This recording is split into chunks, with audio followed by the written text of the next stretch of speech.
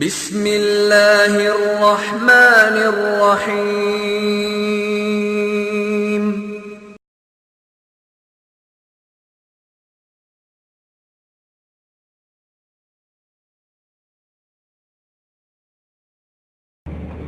ان الحمد للہ نحمده ونستعینه ونستغفره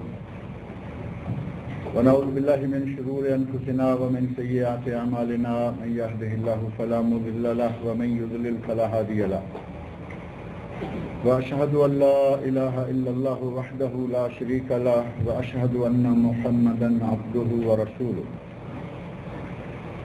اما بعد فان خير الحديث كتاب الله وخير الهدي هدي محمد صلى الله عليه وسلم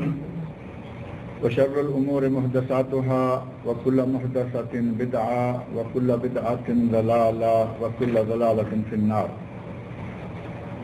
رب اشرح لي صدري ويسر لي أمري واحلل عقدة من لساني يفقهوا قولي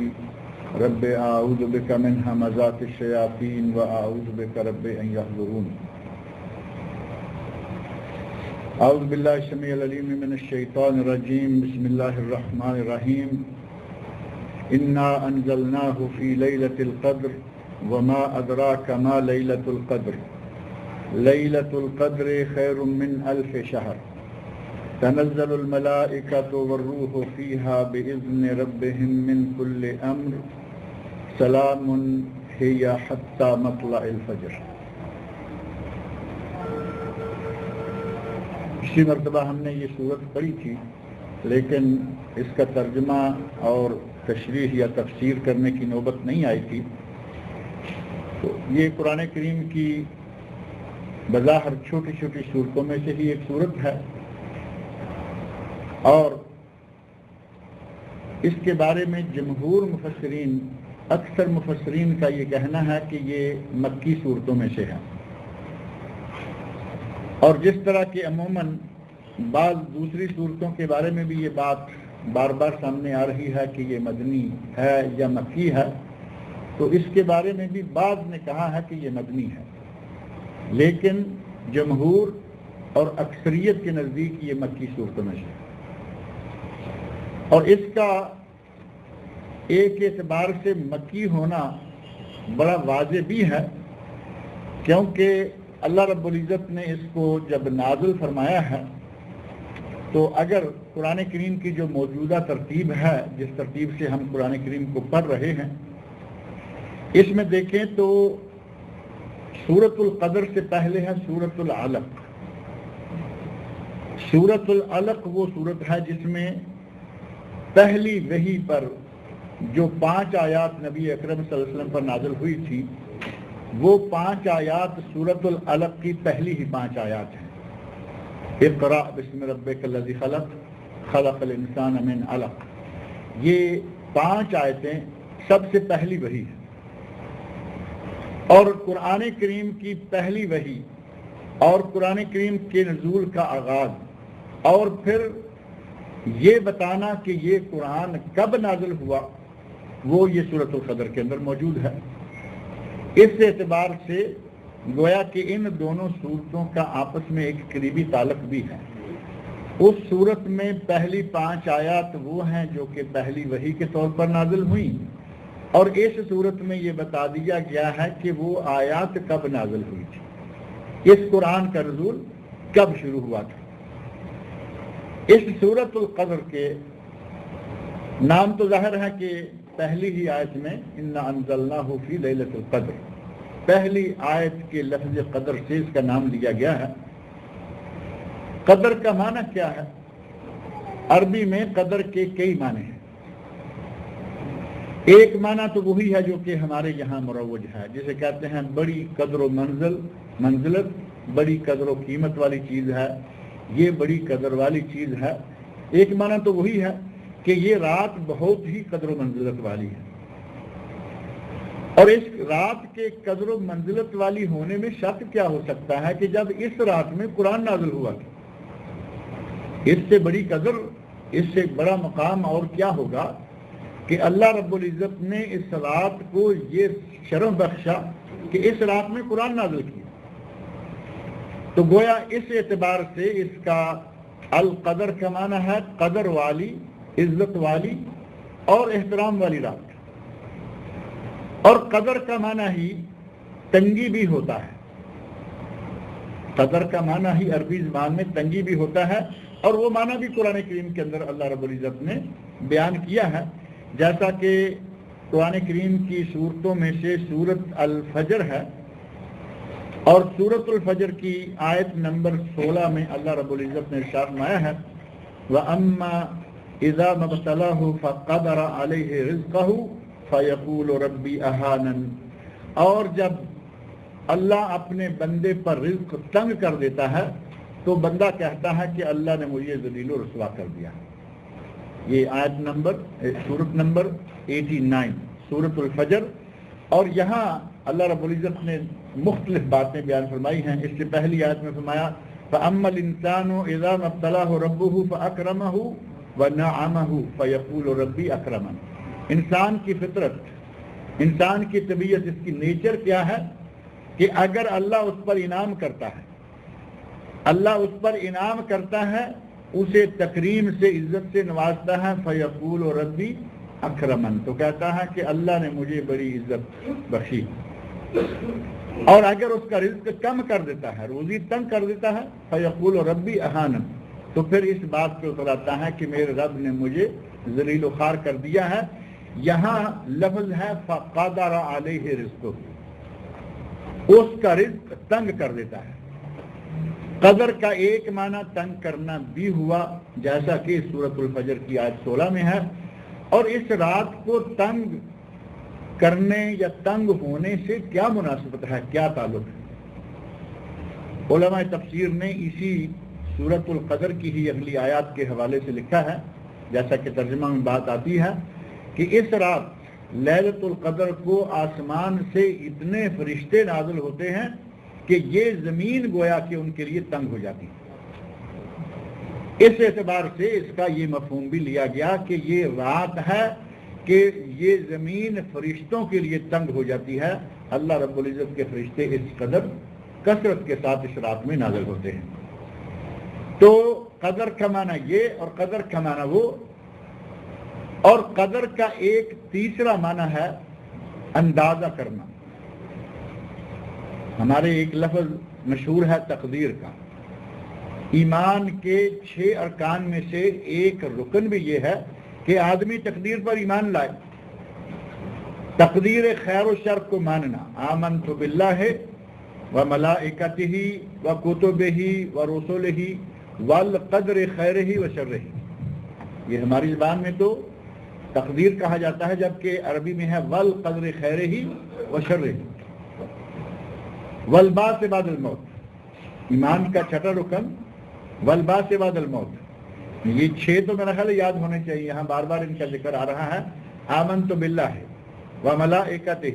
وکتبہ ورسلہ والقدر خیرہ وشرہ والبعث بعد الموت۔ اس میں جو والقدر خیرہ وشرہ ہے کہ بندے کا ایمان ہو کہ اچھی بری تقدیر، میری زندگی میں اچھا یا برا کوئی بھی واقعہ جو پیش آتا ہے وہ اللہ رب العزت کی منشا سے، اس کی مرضی سے، اس کے علم سے پیش آتا ہے۔ تو اس کا معنی یہ ہوا کہ قدر کا، تقدیر کا معنی ہے اندازہ کرنا بھی،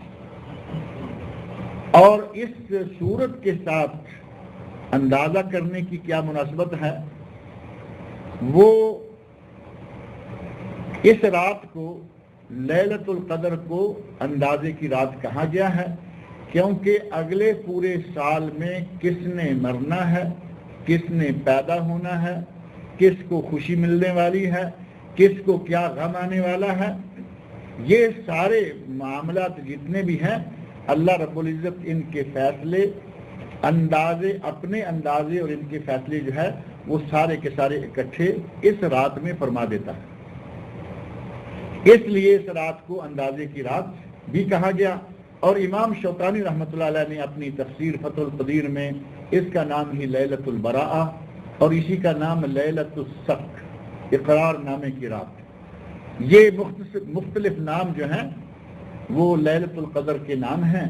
اور اس صورت کی عظمت اور اس صورت کی اہمیت صرف اسی مشہور نام میں سب سے زیادہ ہمیں نظر آتی ہے جو کہ ہمیں یاد رہتا ہے۔ قدر کا معنی قدر والی، قدر کا معنی عزت والی، قدر کا معنی احترام والی، اور مقام و مرتبہ والی رات۔ اور مقام و مرتبہ والی رات کس قدر ہے کہ اللہ رب العزت نے اس رات میں ہمارے لیے یہ قرآن کریم جو بنی نوع انسان کے لیے لائحہ عمل ہے، جو بنی نوع انسان کے لیے نظام زندگی ہے، اس قرآن کو اللہ رب العزت نے اس رات میں نازل کیا ہے۔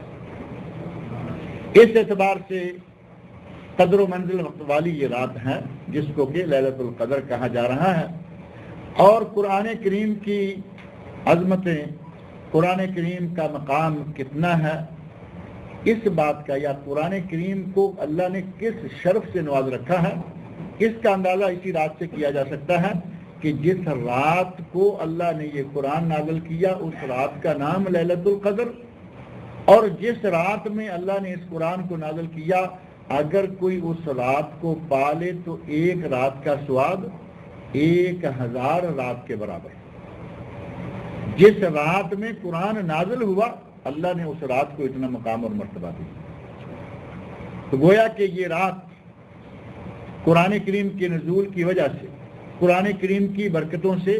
اللہ رب العزت نے ہمارے لیے ایک ایسی چیز بنا دی کہ نہ صرف یہ کہ یہ قدر والی ہے بلکہ یہ پوری امت اسلامیہ کی تقدیر بنانے والی ہے۔ پوری امت کے لیے یہ تقدیر ساز رات ہے، لیکن تقدیر ساز کن کے لیے ہوگی؟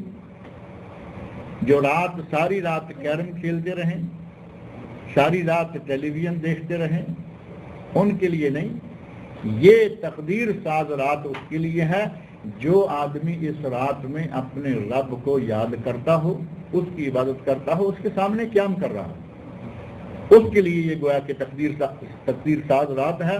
کیونکہ صرف اس ایک رات کی عبادت کو اللہ نے 1000 مہینے کی عبادت سے بہتر قرار دیا۔ تو اس اعتبار سے قرآن کریم کی ان بظاہر چھوٹی چھوٹی صورتوں میں سے یہ بڑی ہی اہم ترین صورت ہے جس کا نام ہے سورۃ القدر۔ اس میں اللہ رب العزت نے ارشاد فرمایا ہے انا انزلناہ فی لیلۃ القدر، ہم نے اس قرآن کو نازل کیا ہے فی لیلۃ القدر، قدر والی رات میں۔ پہلی چیز اس آیت میں یہ آ گئی کہ اللہ رب العزت فرما رہے ہیں انا انزلناہ، ہم نے اس قرآن کو نازل کیا ہے۔ جو مشرکین مکہ کہا کرتے تھے کہ یہ خود بناتا ہے، اور میں نے یہاں ذکر کیا تھا کہ عیسائیوں نے کہا کہ ہمارے اس بحیرہ راہب نے یہ شریعت کے جتنے گر تھے وہ ہمارے راہب نے سکھلائے تھے۔ وہ ساری باتیں قطعاً غلط ہیں۔ اللہ رب العزت فرما رہے ہیں کہ نہ بحیرہ، نہ کوئی دوسرا، نہ تیسرا، انا انزلناہ، اس قرآن کو ہم نے نازل کیا ہے۔ اور پھر یہاں انا انزلناہ، اللہ نے فرمایا کہ اسے ہم نے نازل کیا ہے، نام نہیں لیا، یہ نہیں کہا کہ ہم نے کتاب کو نازل کیا ہے، یہ نہیں کہا کہ ہم نے قرآن کو نازل کیا ہے۔ حالانکہ عربی کا قاعدہ یہ ہے کہ پہلے کسی نہ کسی جگہ کلام میں کسی چیز کا نام آ جاتا ہے، اس کے بعد پھر اس نے کہا، اس نے کیا، اس نے لیا، اس نے دیا، یہ جو ضمیر ہے وہ بعد میں آتی ہے، پہلے لازمی ایک مرتبہ نام آتا ہے۔ لیکن اللہ رب العزت نے سورت کا آغاز ہی فرمایا تو فرمایا انا انزلناہ، ہم نے اسے نازل کیا۔ قرآن، کتاب، یہ کوئی چیز ذکر نہیں فرمائی۔ اہل علم علماء تفسیر نے لکھا کہ اللہ رب العزت کے کلام کو اتنا مقام اور مرتبہ حاصل ہے کہ جب یہ اشارہ کیا جائے انا انزلناہ تو اس سے مراد صرف قرآن ہی ہو سکتا ہے۔ جب قرآن کے نازل ہوتے وقت کہا گیا انا انزلناہ تو یہ قرآن ہی کے بارے میں۔ اور دوسری وجہ یہ بھی ہے کہ اللہ رب العزت نے اس سے پہلے والی سورت، بہت پہلے والی سورت جو سورہ دخان ہے، قرآن کریم کی سورت نمبر 44، اس سورت نمبر 44 میں اللہ رب العزت نے پہلے فرما رکھا ہے حامیم والکتاب المبین انا انزلناہ فی لیلۃ مبارکہ۔ حامیم والکتاب المبین، وہاں اللہ رب العزت نے کتاب مبین قرآن کریم کا ذکر کر دیا اور بعد میں فرمایا انا انزلناہ فی لیلۃ مبارک، ہم نے اس کتاب مبین کو ایک برکتوں والی رات میں نازل کیا ہے۔ تو گویا پہلے ایک آیت میں یہ بات آ چکی تھی کہ ہم نے اس کو نازل کیا ہے، اب یہاں اللہ رب العزت نے دوبارہ قرآن یا دوبارہ کتاب کا نام نہیں لیا بلکہ مطلقاً کہا، فرمایا انا انزلناہ فی لیلۃ القدر، ہم نے اسے یعنی قرآن کریم کو قدر والی رات میں نازل کیا ہے۔ یہ لفظ بیان کر کے اللہ رب العزت نے دوسری آیت میں سوال کر دیا وما ادراک ما لیلۃ القدر۔ پہلے میں کہا کہ ہم نے اس قرآن کو قدر والی رات میں نازل کیا، دوسری ہی آیت میں اگلا ہی جملہ اللہ نے فرمایا وما ادراک ما لیلۃ القدر، اے میرے نبی آپ کو یہ کیا معلوم ہے کہ وہ لیلۃ القدر کیا ہے۔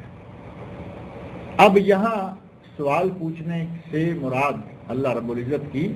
نبی اکرم صلی اللہ علیہ وسلم سے سوال کر کے گویا کہ متوجہ کر دیا، توجہ دلائی کہ وہ لیلۃ القدر کیا ہے۔ سوال کیا نبی صلی اللہ علیہ وسلم سے، جواب کا انتظار نہیں کہ نبی ہاں یا نہ میں جواب دیں گے، کیونکہ جواب دینے والا تو وہی خود ہے، لیکن سوال کیا تاکہ توجہ ہو جائے اور اس لیلۃ القدر کی اہمیت جس طرح بہت زیادہ ہے اسی طرح اس کی طرف توجہ بھی زیادہ دی جائے۔ فرمایا وما ادراک، آپ کو کیا معلوم ہے، ما لیلۃ القدر، لیلۃ القدر کیا ہے۔ اب آگے تیسری آیت میں جواب دے دیا اور فرمایا لیلۃ القدر خیر من الف شہر، یہ قدر والی رات 1000 مہینے سے بہتر ہے۔ 1000 مہینے کے برابر اللہ نے نہیں فرمایا، برابر ہوتی تو سیدھی سیدھی بات تھی کہ 1000 مہینے کے برابر ہے، یعنی 83 سال اور 4 مہینے کے برابر۔ اللہ رب العزت نے برابر کا لفظ نہیں بلکہ خیر کا لفظ استعمال فرمایا، خیر من الف شہر، 1000 مہینے کی عبادت کرنے والا آدمی اس کے برابر نہیں ہو سکتا، بلکہ یہ اس سے بھی زیادہ بہتر ہے، اجر و ثواب میں، فضیلت میں، شرف میں، مقام میں اس سے بھی بڑھ کر ہے۔ اور اندازہ کریں کہ 83 سال اور 4 مہینے، 1000 سال کے 83 سال اور 4 مہینے بنتے ہیں، اور ہماری امت اسلامیہ اگر کوئی فرد، اگر کوئی مسلمان اس رات کو پا لیتا ہے تو ایک مرتبہ پانے سے 83 سال اور 4 مہینے 83.5 سال ہو گئے سیدھے سیدھے، اور اگر 2-3 مرتبہ پالے تو کئی 100 سال کی عبادت سے بھی بہتر۔ اللہ رب العزت نے ہم پر یہ انعام فرمایا، ہم پر یہ احسان فرمایا کہ میرے نبی کی یہ امت چھوٹی چھوٹی عمروں والی ہے، میرے نبی کی امت چھوٹی چھوٹی عمروں والی۔ پہلی امتوں کی عمریں قرآن کریم کھول کر دیکھیں، حضرت نوح علیہ السلام کے بارے میں اللہ تعالیٰ فرما رہے ہیں کہ انہوں نے 1000 سال کے قریب عمر پائی، 900 سال انہوں نے صرف تبلیغ کا کام کیا، 900 سال تبلیغ کی، دعوت و ارشاد کا کام کیا، ظاہر ہے کہ عمر اس سے زیادہ پائی، 1000 سال کے قریب ان کی عمر تھی۔ اسی طرح دوسری قومیں، حضرت نوح علیہ السلام کے زمانے کے لوگ، ان کے بعد کے لوگ، ان سے پہلے کے لوگ، ہزاروں سال لمبی عمریں۔ اب ظاہر ہے کہ وہ تھوڑا تھوڑا بھی نیک عمل کریں گے تو ڈھیر لگ جائیں گے۔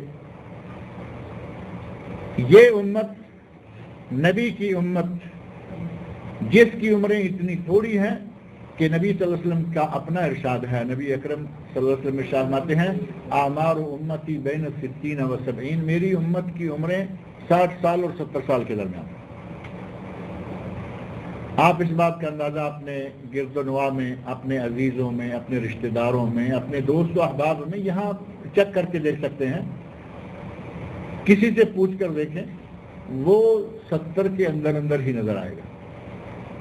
اور ساتھ ہی آگے چلتا ہوا بھی نظر آئے گا۔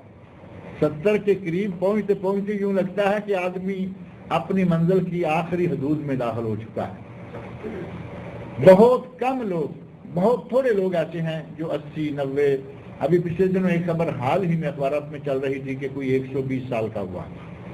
120 سال کا، ابھی حال ہی میں یہ خبر ہے۔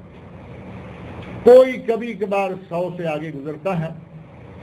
اور جو 100 سے آگے گزرتا ہے وہ اخباروں کی سرخیوں میں آ جاتا ہے، اس کے بارے میں باقاعدہ اخباری رپورٹیں دینا شروع کر دیتے ہیں، فلاں علاقہ میں، فلاں شہر میں، پھر اس کی باقاعدہ اس کے انٹرویو لیے جاتے ہیں کہ اتنی لمبی اگر عمر ہوئی ہے تو اس کی وجوہات کیا ہے، کیونکہ معلوم ہے کہ اتنی لمبی عمر والا ہوتا ہی کوئی نہیں، عموماً 60 اور 70 کے درمیان، اور اس سے زیادہ بکثرت نبی صلی اللہ علیہ وسلم نے فرمایا کہ بہت تھوڑے لوگ ہوں گے، بہت کم لوگ ہوں گے جو 70 سے آگے جائیں گے۔ اور یہ کوئی میری آپ کی بات تو ہے نہیں نا کہ یا کسی عالم نے کہا ہے کہ ہو سکتا ہے ہو اور ہو سکتا ہے نہ ہو، نہ کسی سائنسدان کی بات ہے کہ لیبارٹری میں کیا ہوا ہے کبھی غلط ہو جاتا ہے، سائنسدانوں کی باتیں بھی تو غلط ہو رہی ہیں۔ یہ بات کرنے والے حضرت محمد رسول اللہ صلی اللہ علیہ وسلم ہیں، جن کی بات غلط ہو ہی نہیں سکتی، کیونکہ آپ اپنی مرضی سے تو کچھ کہتے نہیں، جو کہتے ہیں وہ اللہ کی طرف سے ہوتا ہے۔ وما ينطق عن الهوى ان هو الا وحی یوحی، سورہ نجم کے شروع میں اللہ نے فرمایا کہ میرا نبی اپنی مرضی سے تو کچھ بولتا نہیں، بولتا صرف وہ ہے جو اس کو وحی کی جاتی ہے۔ اب وحی کی روشنی میں اگر ہمارے نبی کہیں کہ 60 اور 70 سال میری امت کی عمریں ہیں اور بہت کم لوگ ہوں گے جو 70 سے آگے جائیں گے، اس کا معنی یہ کہ یہ فیصلہ کن بات ہے، یہ اللہ رب العزت کی طرف سے باقاعدہ ہدایت کے بعد نبی اکرم صلی اللہ علیہ وسلم نے فرمائی، تو وہ بات ہم اپنی آنکھوں سے دیکھ رہے ہیں، اپنے رشتہ داروں میں محسوس کر رہے ہیں، دوست و احباب میں محسوس کر رہے ہیں۔ 50 سے آگے گزرنے کے بعد گاڑی جو ہے وہ آہستہ ہونا شروع ہو جاتی ہے، کبھی پنچر، کبھی یہ کبھی وہ، اور 60 کے پیٹے میں جا کے آدمی بہت ڈھیلا ہو جاتا ہے، عموماً آدمی بوڑھا ہو جاتا ہے، ڈھیلا ہو جاتا ہے، اور 70 تک پہنچتے پہنچتے معاملہ آگے کے لیے تیاری شروع ہو جاتی ہے۔ نبی اکرم صلی اللہ علیہ وسلم کی امت کی عمریں یہ تھوڑی تھوڑی تھیں، اللہ رب العزت نے ہمیں دن وہ دے دیا، ایک رات وہ دے دی کہ اگر کبھی کبھی 60 اور 70 سال کی عمر میں ہر سال نہ چلے، پہلے 15 سال آپ بلوغت کے نکال لیں، آدمی بچپن سے لے کر 15 سال تک جو بالغ ہے اس وقت بھی اگر کوئی نیکی کرتا ہے تو وہ لکھی جاتی ہے۔ 15 سال سے پہلے اگر بچے نے روزے رکھے، اس کے روزوں کا ثواب اس کے نامہ اعمال میں لکھا ہوگا، اگر اس نے نمازیں پڑھی نمازوں کا ثواب، لیکن بالغ ہونے سے پہلے اگر اس سے کوئی کوتاہی ہو جاتی ہے تو وہ اللہ اس کے نامہ اعمال میں نہیں لکھتا۔ یہ بھی اللہ رب العزت کی رحمت ہے، نیکیاں لکھی جاتی ہیں۔ عورت نے بچے کو ایسے اٹھایا، حج کے ایام میں وہ واقعہ بڑا آپ سنتے رہے، بچے کو ایسے اٹھایا اور فرمایا یا رسول اللہ الہذا حج، کیا اس بچے کا حج ہوگا؟ آپ نے فرمایا نعم ولک اجر، اس بچے کا حج ہے، یعنی اس کے نامہ اعمال میں حج لکھا جائے گا، ولک اجر، اور تجھے بھی حج کروانے کا ثواب ملے گا۔ اب بچہ جو لپیٹا ہوا ہے، جس کو پیمپر باندھا ہوا ہے، اس کو نہ پرواہ ہے بال کٹ جائے گا، بال نوچ لے گا، نہ اسے پرواہ ہے خوشبو کی کوئی بوتل پڑی ہے اٹھا کے لگا لے گا، کینچی پکڑے گا، کوئی گناہ اس پہ نہیں لکھا جائے گا، لیکن اس کا حج ہے۔ اور اگر یہی کام کوئی بڑا کرے، احرام باندھا ہوا ہے اور چاہے کہ میں خوشبو لگا لوں، میں ناخن کاٹ لوں، میں یہ کر لوں، قدم قدم پر بکرا، قدم قدم پر دم، بچے کو کوئی دم نہیں، بچے کا کوئی گناہ نہیں، لیکن اس کا ثواب لکھا جاتا ہے۔ اللہ رب العزت کا یہ احسان بھی ہے کہ بلوغت سے پہلے کے گناہ اللہ نہیں لکھتا، نیکیاں لکھتا ہے، لیکن مان لیتے ہیں کہ کسی نے بلوغت تک کچھ بھی نہیں کیا، تو 70 تک 15 سال نکالیں تو کتنے سال پھر بھی بن جاتے ہیں؟ 55 سال پھر بھی بن جاتے ہیں۔ 55 سال ایک مسلمان کی حیثیت سے آدمی گزارے، مسلمان ہمارے جیسے نام کے مسلمان ہیں وہ نہیں، ایک مسلمان کی حیثیت سے مناسب قسم کا، بڑا ولی اللہ نہ بھی ہو، ایک مناسب قسم کا مسلمان 5 وقت کی نمازیں پڑھنے والا، پابندی کے ساتھ باجماعت نمازیں پڑھتا ہے، روزے رکھتا ہے، زکات دیتا ہے، حج عمرے کرتا ہے، ایمان اس کا ٹھیک ہے، لیکن یہ نہیں کہ وہ ساری رات کھڑا رہتا ہے، وہ بڑا، یہ ایک عام سا سادہ سا لیکن صحیح قسم کا مسلمان ہے، وہ 55 سالوں میں 5-7 مرتبہ بھی لیلۃ القدر نہ پائے گا۔ 5-7 مرتبہ اگر کسی نے لیلۃ القدر کو پا لیا 55 سالوں میں، تو اس کے لیے کتنے سالوں کی عبادت ہو جائے گی؟ اگر 7 سال پا لیتا ہے تو 500 سالوں کے برابر اس کی عبادت ہوگی۔ اللہ رب العزت نے ہمیں کتنا نواز رکھا ہے کہ فرمایا ایک رات اگر تم نے پا لی، ایک رات کی عبادت کر لی، خیر من 1000 شہر، 1000 مہینے کی عبادتوں سے، 1000 مہینوں کی دعاؤں سے وہ ایک رات کی عبادت و دعا تمہاری بہتر ہے۔ اللہ رب العزت نے یہ رات ہمارے مقدر میں، امت اسلامیہ کے مقدر میں رکھی۔ یہ رات کب ہے؟ یہ رات کب ہے اور قرآن کریم جو اس رات میں نازل ہوا، اس کے نزول کا انداز یا طریقہ کار کیا تھا، وہ باتیں انشاءاللہ کرتے ہیں۔ اس رات کے بارے میں اللہ نے اگلی آیت میں فرمایا تنزل الملائکۃ والروح فیہا، اس رات میں اترتے ہیں ملائکہ فرشتے، والروح فیہا، اور اس میں روح بھی اترتا ہے، اس میں روح بھی اترتا ہے۔ ہمارے پاک و ہند کے بہت سارے مولوی ترجمہ کرتے ہیں کہ اس میں روحیں بھی اترتی ہیں، یہاں معاملہ اپنا سیدھا کر لیتے ہیں۔ لفظ روح ہے یہاں، اور روح ہی ہے، واحد ہے، سنگولر۔ روحیں کہیں گے تو عربی میں بھی ارواح آنا چاہیے، عربی میں لفظ روح کی جمع ارواح موجود ہے، ارواح طیبہ، ارواح خبیثہ، مختلف پیرایوں میں ارواح روح کی جمع موجود ہے۔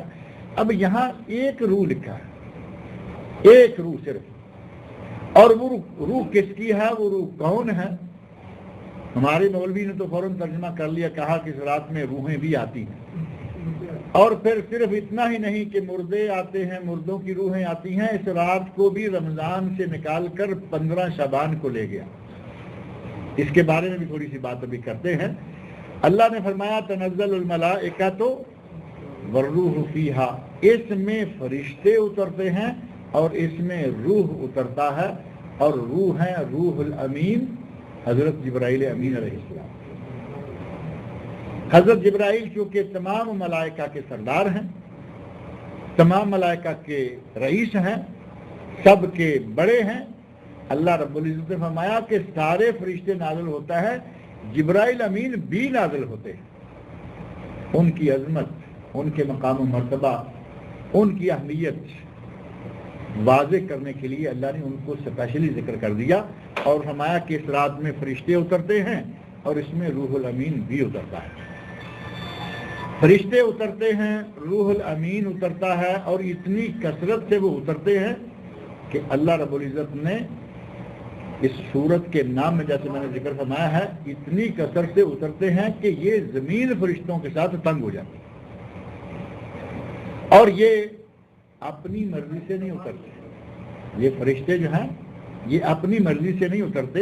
بلکہ بِإِذْنِ رَبِّهِمْ، یہ اپنے رب کے اذن اور اپنے رب کے حکم سے نازل ہوتے ہیں۔ بِإِذْنِ رَبِّهِمْ مِنْ كُلِّ أَمْرٍ، اور یہ فرشتے اپنے رب کے حکم کے ساتھ ہر کام کے لیے اترتے ہیں۔ فرشتوں کا اترنا اپنی مرضی سے نہیں ہوتا، بلکہ صرف اپنے رب کی طرف سے اشارہ پا کر اترتے ہیں۔ سلام سلام، ایک یہ ہے کہ یہ رات سلامتی والی ہے، اور اس کا پڑھنے کا ایک انداز یہ بھی علماء تفسیر نے لکھا، سلام ہیا، سلام ہیا، یہ رات سراسر سلامتی والی ہے، اس رات میں کوئی شر نہیں ہوتا، اس رات میں شیطان قابو کیا ہوا ہوتا ہے وہ اپنی شرانگیزی پیدا نہیں کر سکتا، بلکہ یہ سراسر سلامتی والی رات ہوتی ہے۔ اور کب تک ہوتی ہے؟ حتی مطلع الفجر، یہاں تک کہ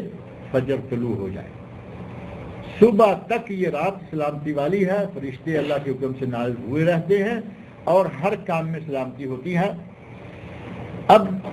اس صورت کے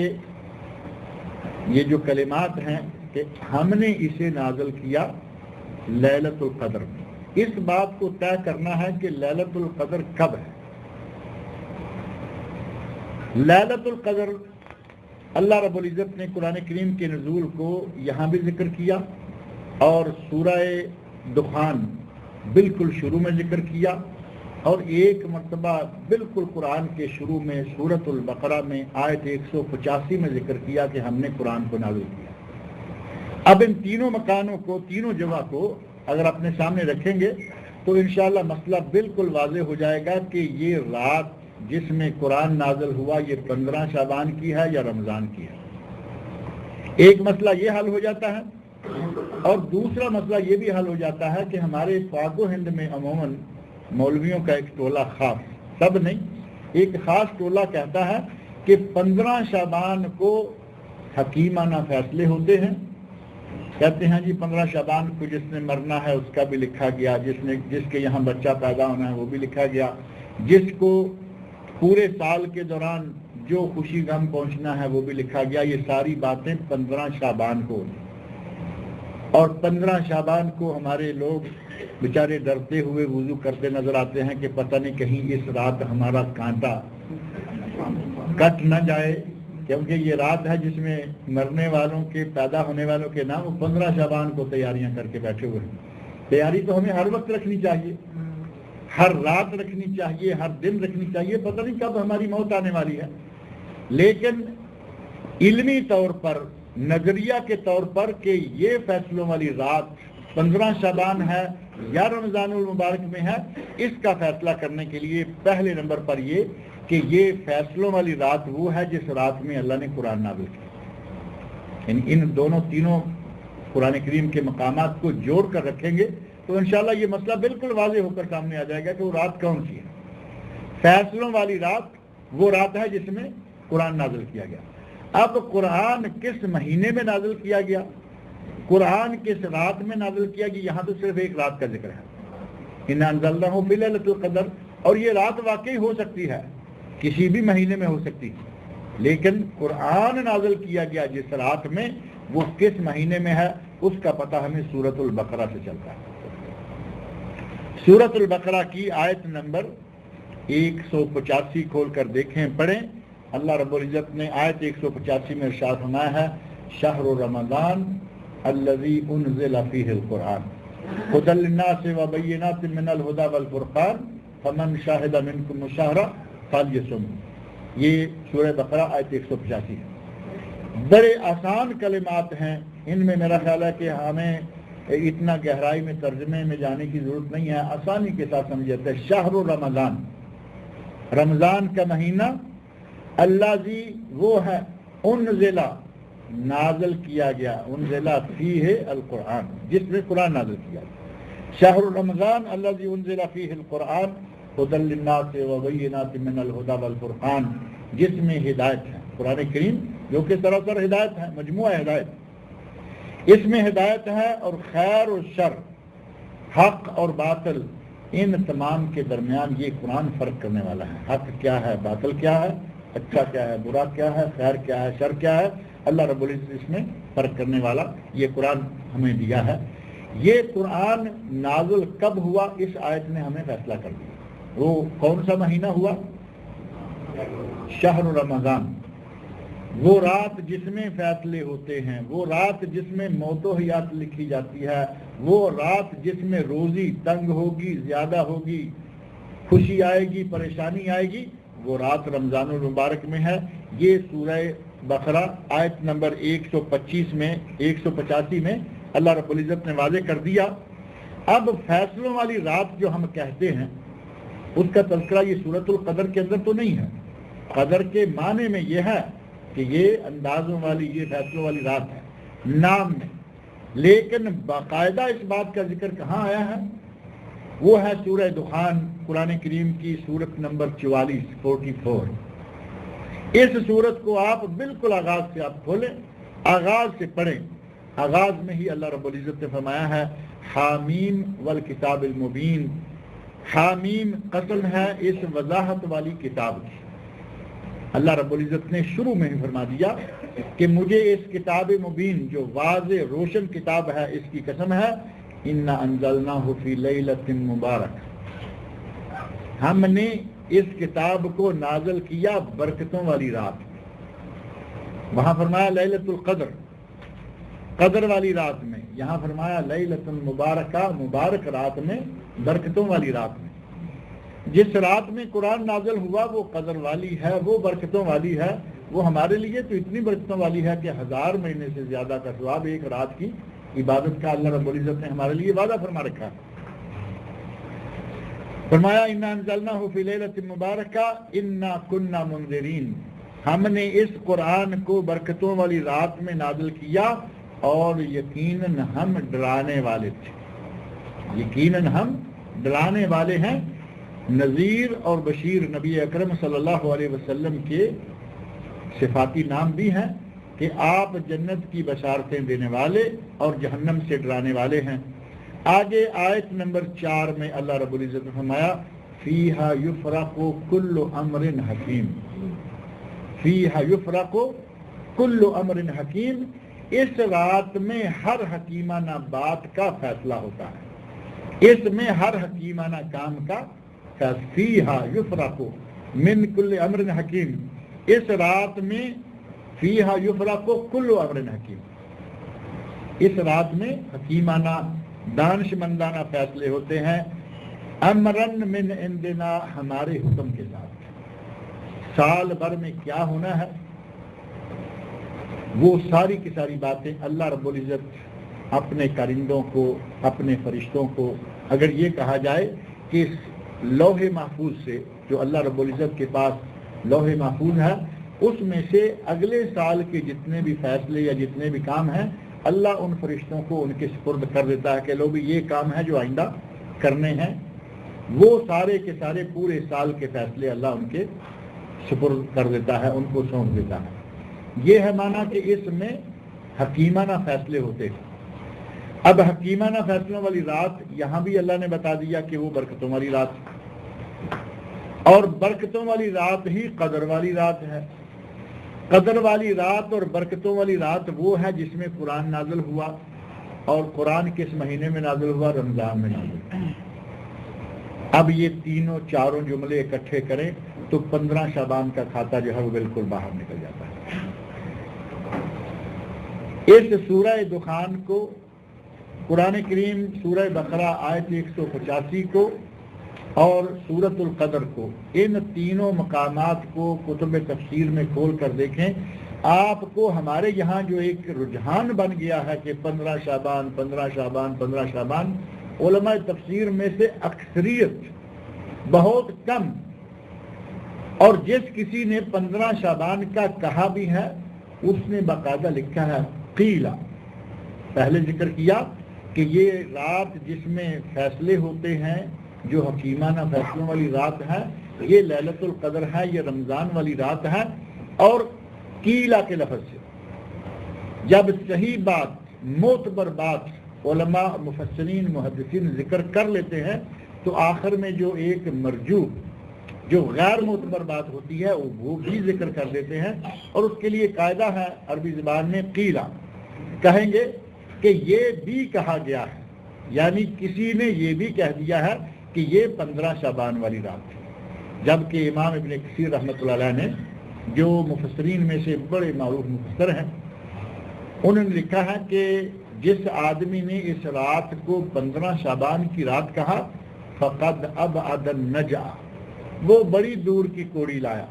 یعنی اس کی بات جو ہے وہ حقیقت سے بہت دور ہے۔ اور جن بعض روایات کی بنیاد پر کہا جاتا ہے کہ وہ رات ہے 15 شعبان والی، محدثین کرام نے، علماء تفسیر نے لکھا کہ وہ روایات ساری کی ساری ضعیف ہیں، ناقابل عمل ہیں، کمزور ہیں۔ صحیح ترین بات یہ ہے کہ لیلۃ القدر اور لیلہ مبارکہ قرآن کے نازل ہونے والی رات اور فیصلوں والی رات رمضان المبارک کی لیلۃ القدر ہے، جو کہ رمضان المبارک کی بھی آخری عشرہ میں ہے۔ اللہ رب العزت نے یہ رات نبی اکرم صلی اللہ علیہ وسلم کو بتائی تھی۔ یہ رات کب ہے، یہ رات کون سی ہے؟ اب یہاں اس رات میں قرآن نازل کیا، وہاں کہا یہاں قدر والی رات میں، وہاں کہا مبارک رات میں، اور پہلے کہا رمضان کے مہینے میں۔ اب اس رات کی تعیین کرنی ہو کہ وہ رات کون سی ہے، تو اس کے لیے مہینہ تو طے ہو گیا رمضان۔ اب آگے کا مسئلہ کہ وہ رات کون سی ہے، نبی صلی اللہ علیہ وسلم کو اللہ رب العزت نے وہ رات بھی بتا دی تھی۔ نبی اکرم صلی اللہ علیہ وسلم ارشاد فرماتے ہیں کہ مجھے اللہ نے وہ رات بتائی، مجھے بتایا کہ لیلۃ القدر رمضان کی یہ رات ہے۔ میں اپنے گھر سے اپنے لوگوں کو، اپنے بھائیوں کو، صحابہ اکرام کو اس رات کی خبر دینے کے لیے باہر نکلا تو دیکھا کہ دو آدمی آپس میں جھگڑ رہے ہیں، دو آدمی آپس میں گتم گتھا ہیں، جھگڑ رہے ہیں۔ ان کا جھگڑا نپٹانے کے لیے میں ان کے ساتھ مصروف ہو گیا۔ اتنے میں اللہ رب العزت نے وہ رات میرے ذہن سے نکال دی کہ وہ رات کون سی ہے۔ جھگڑے کی نحوست کا اندازہ اس سے بھی کیا جا سکتا ہے کہ وہ رات جو 1000 مہینے سے بہتر رات تھی، اگر یہ دو آدمی جھگڑا نہ کر رہے ہوتے، نبی صلی اللہ علیہ وسلم گھر سے باہر تشریف لا رہے تھے، آتے ہی اپنے صحابہ کو آ کے کہہ دیتے بھائی فلاں رات 10ویں ہے، 15ویں ہے، 20ویں ہے، 27ویں ہے، معاملہ آسان ہو جاتا۔ ہمیں بھی کم از کم 10 دن یا 5 دن تو جاگنا نہ پڑتا، ایک ہی میں ہمارا کھاتا پورا ہو جاتا۔ لیکن جھگڑے کی نحوست، جھگڑے کی برائی، جھگڑے کا برا انجام یہ ہوا کہ نبی اکرم صلی اللہ علیہ وسلم کو وہ عظیم رات جو ہے وہ ذہن سے بلا دی گئی، نکال دی گئی۔ آپ نے فرمایا کہ مجھے اللہ نے تعیین کر کے بتائی، لیکن جھگڑے کے نتیجہ میں وہ مجھے بلا دی گئی۔ اب آپ نے فرمایا کہ یہ یقین ہے مجھے یقین ہے کہ رمضان کے آخری عشرے میں ہے، یہ رات رمضان کے آخری عشرے میں ہے۔ آخری عشرہ یعنی 21 سے لے کر 30 تک، پہلے 20 دنوں میں نہیں ہے۔ اور پھر فرمایا کہ آخری عشرے کی بھی جو طاق راتیں ہیں، 21، 23، 25، 27 اور 29، یہ طاق راتیں ہیں جو 2 پہ تقسیم نہیں ہوتا، وہ عدد طاق کہلاتا ہے وتر عربی میں۔ نبی اکرم صلی اللہ علیہ وسلم نے شاہ مایا من کان متحریہا فلیتحرہا فی اوتار الاشر الاواخر من رمضان، جو آدمی لیلۃ القدر کو تلاش کرنا چاہے، او کما قال نبی صلی اللہ علیہ وسلم، جو آدمی لیلۃ القدر کو تلاش کرنا چاہے وہ عشرہ اخیر کی طاق راتوں میں، عشرہ اخیر رمضان کا، اور وہ بھی 10 راتوں میں نہیں بلکہ اس کی طاق راتوں میں سے کسی ایک رات میں تلاش کرے۔ گویا کہ 21، 23، 25، 27 اور 29 ان 5 راتوں میں سے ایک رات جو ہے وہ لیلۃ القدر ہے۔ اس ایک رات کی تلاش کے لیے ہی اعتکاف کیا جاتا ہے۔ نبی اکرم صلی اللہ علیہ وسلم کی ایک سنت ہے نا اعتکاف، مسجد میں کسی کونے میں کوئی تھوڑا سا کپڑا لگا لیا، کوئی بھی پردہ بنا لیا اور اس میں بیٹھ گئے۔ نبی اکرم صلی اللہ علیہ وسلم نے اعتکاف کیا، صحابہ نے اعتکاف کیا، نبی صلی اللہ علیہ وسلم کی ازواج مطہرات رضی اللہ عنہن، آپ کی بیویوں نے اعتکاف کیا، اور امت اسلامیہ آج تک اعتکاف کرتی آ رہی ہے۔ اعتکاف کرنا، مسجد میں بیٹھنا، وہ 10 دن کے لیے مستقل مسجد میں ڈیرا لگا لینا، یہ کس لیے ہے؟ اس رات کی تلاش کے لیے۔ اور اس رات کو تلاش کرنے کے لیے جو آدمی مسجد میں بیٹھتا ہے وہ ظاہر ہے کہ 10 راتیں ہی کوشش کرتا ہے کہ اللہ کرے مجھے مل جائے، لیکن خاص طور پر جو 5 راتیں ہیں ان میں سے ایک رات یہ ہے۔ اور بعض اہل علم نے قرآن حدیث میں نبی صلی اللہ علیہ وسلم کے ارشادات سے بات سے پتہ چلتا ہے کہ یہ رات 21ویں ہے، کسی سے پتہ چلتا ہے کہ یہ رات 23ویں ہے، کسی سے پتہ چلتا ہے 25ویں ہے، 27ویں ہے، 29ویں ہے۔ مختلف احادیث میں اس کا ذکر آیا ہے، لیکن ان 5 میں سے ایک ہے۔ اہل علم میں سے بعض لوگوں نے بڑی محنت کی اور اس آیت کے سورت کے بارے میں، سورت القدر کے بارے میں بڑا غور و خوض کیا. جب انہوں نے اس سورت کو شروع سے لے کر اس کے کلمات کو، الفاظ کو، آپ کو یہ معلوم ہے کہ قرآن کریم کے حرف بھی گنے ہوئے ہیں. پورے قرآن کریم میں حرف کتنے ہیں وہ بھی گنے ہوئے ہیں. پورے قرآن کریم میں لفظ کتنے ہیں وہ بھی گنے ہوئے ہیں. پورے قرآن کریم میں آیتیں کتنی ہیں یہ بھی گنی ہوئی ہیں. پورے قرآن کریم کی صورتیں کتنی ہیں وہ تو معروف ہے، 114، ہزاروں کی بات نہیں ہے. سپارے 30، آیتیں 114 اور صورتیں 114، آیتیں، لفظ اور حرف تک گنے ہوئے. اللہ کے نیک بندے بیٹھ کر اس صورت کے بارے میں غور کرتے کرتے انہوں نے کہا کہ اگر اس صورت کو انا انزلناہ فی لیلۃ القدر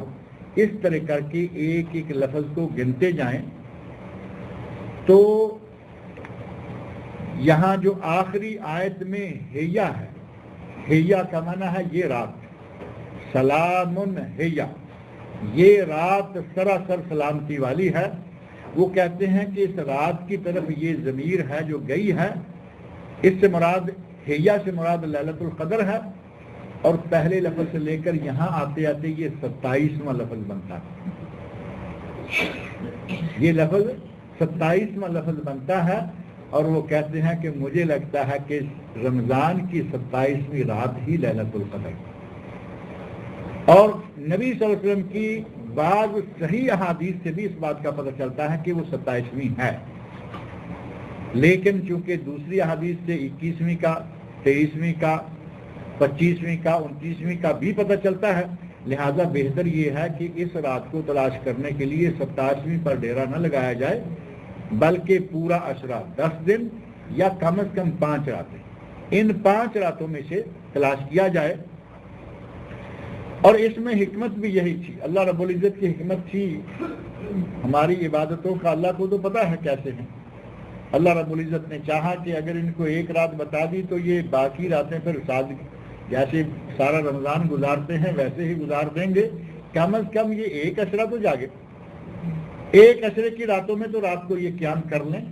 اس آیت کے نبی صلی اللہ علیہ وسلم کے ذہن مبارک سے نکال دیے جانے، اس رات کے، اس کی تعیین کے نکال دیے جانے کی ایک اہم حکمت یہ بیان کی گئی ہے کہ تاکہ لوگ زیادہ سے زیادہ عبادت کریں، کم از کم 10 راتوں کی عبادت. اگر یہ طے ہو جاتا کہ یہی رات ہے تو بس ایک رات کی عبادت ہوتی اور باقی جو ہے وہ عام طریقہ سے گزار دی جاتی.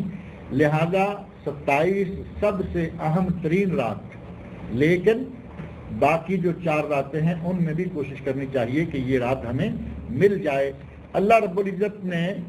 اس رات میں قرآن کریم کو نازل کیا ہے، جیسا کہ فرمایا ہے انا انزلناہ فی لیلۃ القدر. 27 یہ رمضان کی رات ہے اور اس میں اللہ نے فرمایا کہ میں نے قرآن نازل کیا.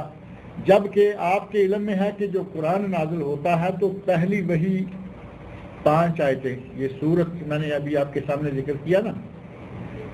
سورۃ العلق، اقرأ بسم ربک الذی خلق، پہلی 5 آیتیں نازل ہوئی تھی. اور ابن عباس رضی اللہ عنہما نبی اکرم صلی اللہ علیہ وسلم کے چچا زاد بھائی ہیں،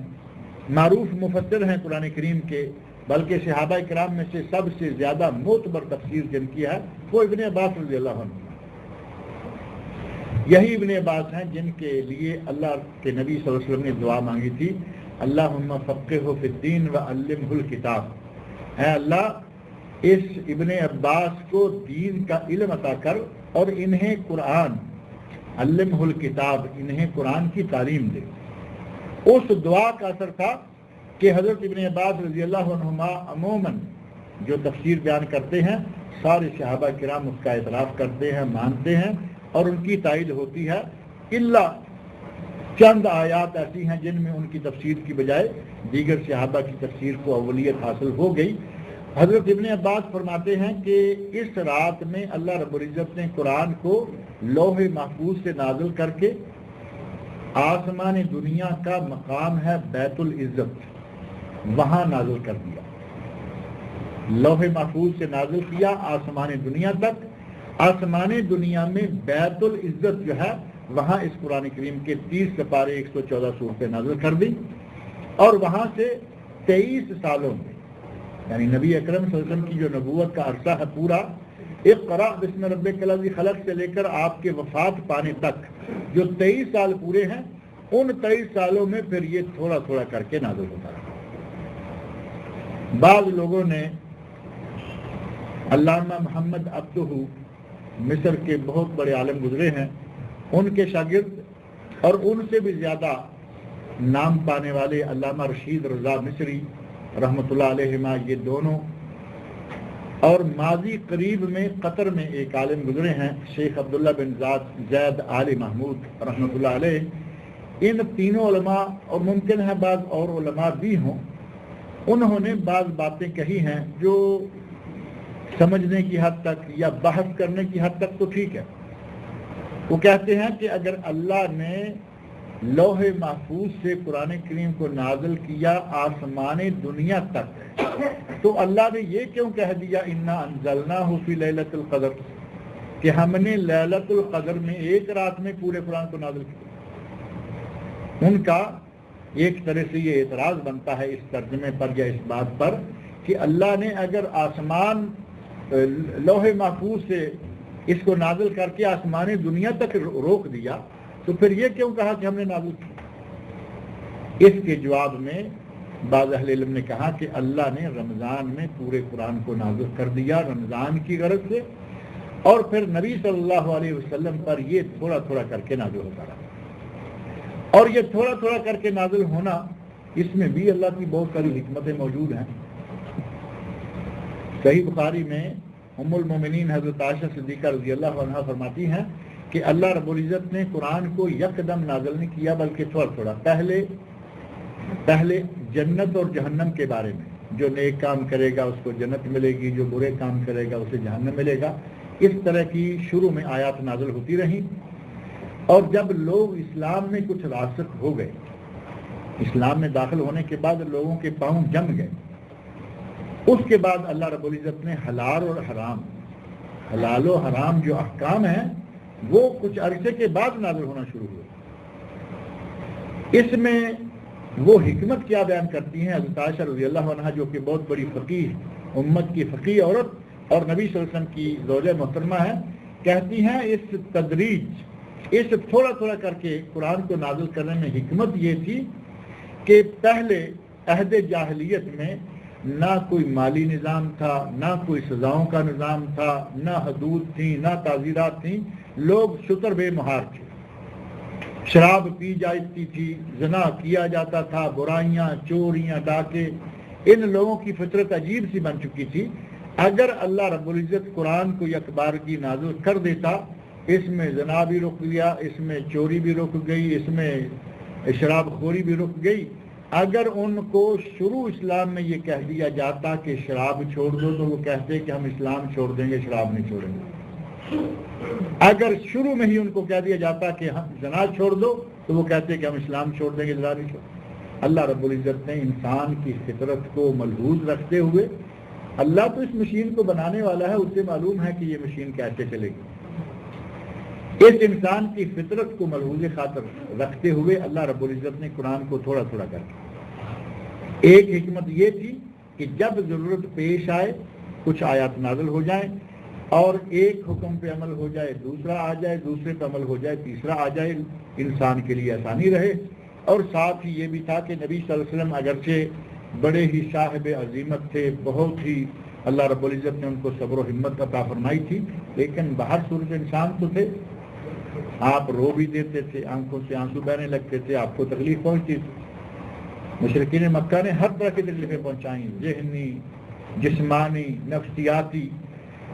قرآن کریم کو اللہ رب العزت نے آہستہ آہستہ کر کے نازل کیا کہ میرے اپنے نبی کو میرے اس قرآن کے مسلسل تھوڑا تھوڑا کر کے نازل کرتے رہنے سے حوصلہ رہے, ایک تعلق قائم رہے. نبی اکرم صلی اللہ علیہ وسلم کو کوئی تکلیف پہنچتی, مشرکین مکہ سے کسی بھی اعتبار سے کوئی تکلیف پہنچتی, اللہ رب العزت قرآن کریم کی آیات نازل کر دیتا. جبرائیل امین علیہ السلام نبی اکرم صلی اللہ علیہ وسلم کے پہلو میں آ کر بیٹھ جاتے، نبی اکرم صلی اللہ علیہ وسلم کا دل جو ہے وہ تمام تکلیفوں کو بھول جاتا۔ اس لیے بھی اللہ رب العزت نے قرآن کریم کو تھوڑا تھوڑا کر کے نازل کیا۔ غرض یہ کہ رمضان میں قرآن نازل ہوا اور لیلۃ القدر میں نازل ہوا، فیصلوں والی رات یہی ہے۔ 15 شعبان والا نظریہ جو ہے وہ بالکل ہی غلط ہے، اسی رات میں اس کو تلاش کرنا چاہیے، اور اس کے بتدریج نازل ہونے میں بہت ساری حکمتیں موجود ہیں۔ اللہ رب العزت سے دعا ہے کہ وہ ہمیں قرآن کریم کو پڑھنے، سمجھنے اور اس پر عمل کرنے کی توفیق عطا فرمائے۔ اس صورت میں بہت سارے مسائل ہیں رمضان کے مہینہ میں، خاص طور پر رمضان کے روزوں سے تعلق رکھنے والے۔ فمن شاہد منکم الشہر فلیصمہ، یہ بڑی ہی عظیم صورت ہے، اور ہمارے لیے اس میں بہت ہی بڑی بشارت یہ ہے کہ ایک رات کو پانے والے کو اللہ تقریباً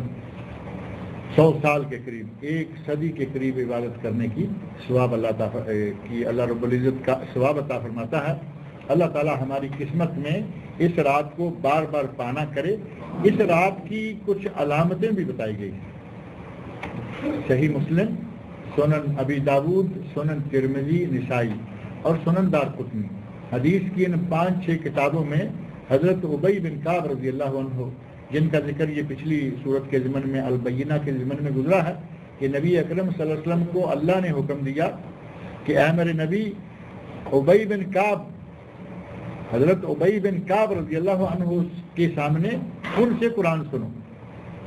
وہی حضرت ابی بن کعب رضی اللہ عنہ جو ہیں وہ اس سلسلہ میں بھی اپنے ایک حدیث میں بیان کرتے ہیں، کہتے ہیں انہا تطلع الشمس، سورج لیلۃ القدر کی ایک خاص صفت،